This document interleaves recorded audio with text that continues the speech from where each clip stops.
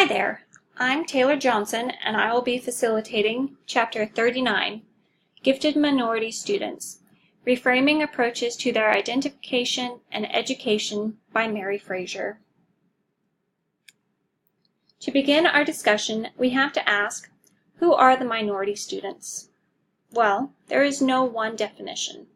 Minority is a concept we have to describe people that are in a relatively smaller group. Chaplin, in 1985, described minorities as a population subgroup possessing social or religious interests that differ from those of the larger group. The differences in social, religious, etc. interests have subjected minorities to various types of segregation and unfavorable treatment, both legally and socially. Ogbu stated that minorities have been defined by economic, ritualistic, and political roles. Ogbu also divides minorities into three separate groups: the autonomous, voluntary, and involuntary minorities. The autonomous minority are people who are minorities in a numerical sense. For example, in a pizza parlor, 10 people prefer pepperoni pizza, and 5 people prefer cheese pizza. Then, the people who prefer cheese pizza are the minority in relation to everyone who enjoys pizza. Voluntary minorities are people who move to a society because they desire greater economic well-being, better overall opportunities, and greater political freedom.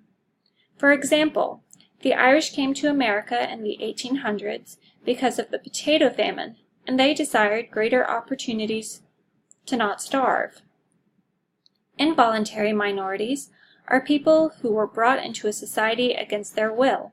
An example would be the African slave trades that brought slavery to America.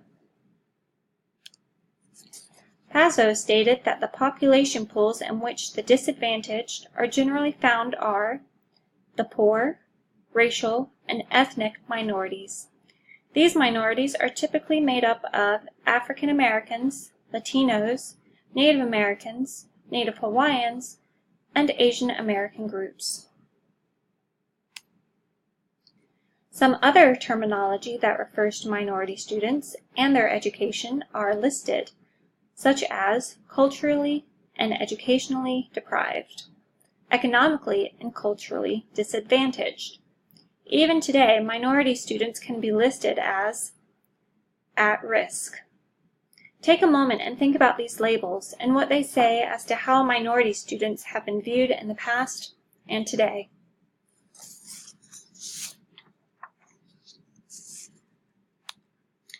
Now that we have an idea as to who are our minority students, let's look at the problems identifying and educating the gifted minority. Fraser divides the problems into 4 categories: access, assessment, accommodation, and attitudes. Factors that limit access of the gifted minority are the low academic expectations that educators hold for them, the low rates of parental referral, the inability of educators to recognize the gifted behaviors of minority students, and the minimal regard given to the influence of cultural and environment on the manifestation of gifts in minority students. For assessment, teacher nominations are viewed as the best way to determine a child's gifted potential, because the teacher sees the student every day for several hours, so they should know. But teacher nominations are also the most widely criticized method because of teacher bias. There is also too much emphasis on standardized tests, IQ, and one-dimensional instruments to determine intelligence, because as we all know, intelligence is a multi-dimensional construct. Accommodations are made without consideration to the needs of minority students to develop abilities valued by more than one culture. They also lack the ability to help the minority students acquire skills that allow them to move between different cultures and develop a sense of self-identity. Finally, attitudes. Attitude is the most persistent problem. Attitudes that minority students aren't interested or capable of engaging in intellectual endeavors. Attitudes that include focusing on developing and implementing programs to help minority students catch up with their non-minority peers. The focus always tends to be on their weaknesses, and there is little to no focus on their strengths. Now we are at reasons for reframing problems and identifying gifted minority students. The first topic is assessment-related reasons, the legacy of existing practices. IQ is still the defining quality of giftedness. Even though most researchers agree that the identification process needs to change, and it's multidimensional, and etc., the core belief about giftedness is that it revolves around a student's ability to function at a high intellectual level, which is based on their performance on, you guessed it, standardized tests. Yes, other criteria has been added for the multi-dimensions of giftedness, but they are still not viewed as important as IQ. It's all about cognitive ability. Goodlad notes that modification to traditional approaches require 3 understandings. Change takes a long time. Change is not likely to occur if it depends heavily for success on the support of persons attached to the current setting. And a fundamental change demands a new beginning, not an adaptation. And most of the attempts to address underrepresentation of minority students can be characterized as adaptations. Thus, we still have problems with identification. Changing views about IQ testing. Standardized tests only tell us a student's overall score in relation to other students' scores. They tell us almost nothing about a student's particular level of mastery on a specific subject. A variety of performance over time is necessary to make quality assessments of students. Raven argues that these types of tests fail to evaluate the activities that lead people to observe, think, grow, and communicate. So instead, he proposes to measure cognitive, affective, and motivational components. He concluded that it is meaningless to attempt to assess a person's abilities apart from their valued goals. It is also important for teachers to create the situations and environments in which the talents can be expressed. The need for a new assessment paradigm. Traditionally, we have a contextual paradigm in which there is an assumption of universality of meaning. This means that a certain word or phrase has the same meaning for everyone, everywhere, regardless of social or cultural background.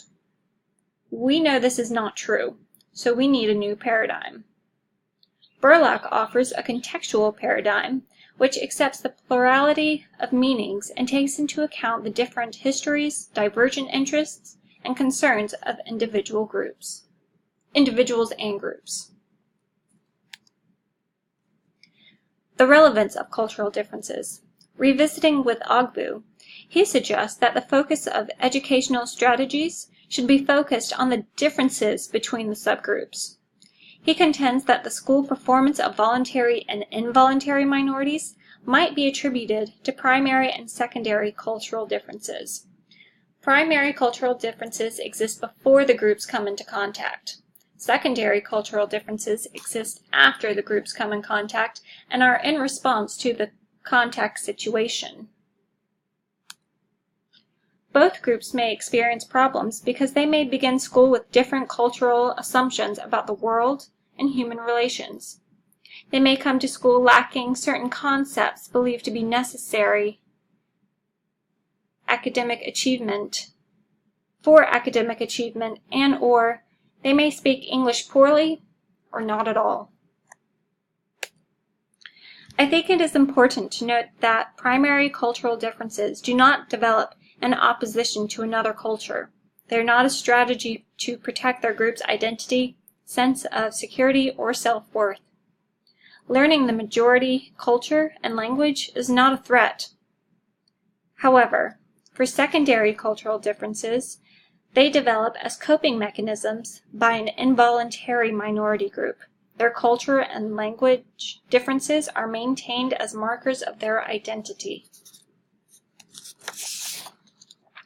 Therefore, it is very important to understand cultural differences in the designing of assessments and instructional strategies.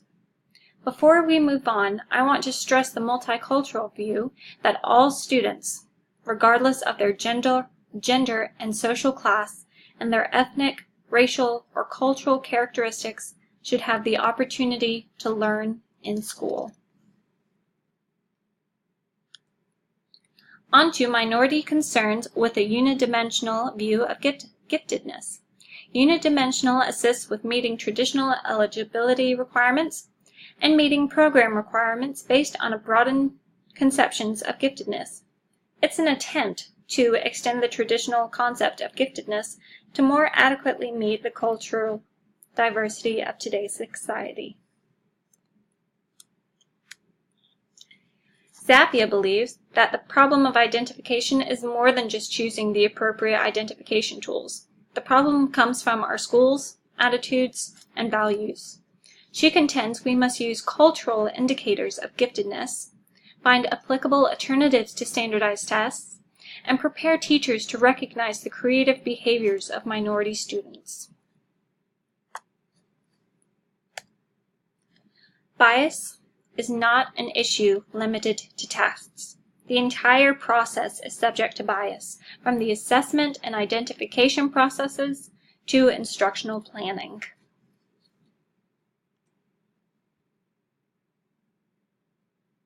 But there is hope, a promising practice for viewing giftedness from a multi-group perspective.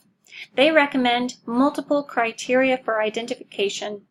The procedures should be culturally and linguistically appropriate. There should be no more oversimplified categories and no more point systems with arbitrary cutoff points. The Fraser Talent Assessment Profile, or FTAP. It's an assessment system that facilitates the collection and display of data from multiple test and non-test sources so that teams of educators have the information readily available to make recommendations about a student's need for the gifted program services. The goal of FTAP is to provide an effective way to recognize and develop gifted potential in diverse groups without unduly focusing on the preferences of one group over another. Now, before I leave you, I have a closing thought. As teachers, we have a huge responsibility and privilege to make recommendations about students to the gifted program.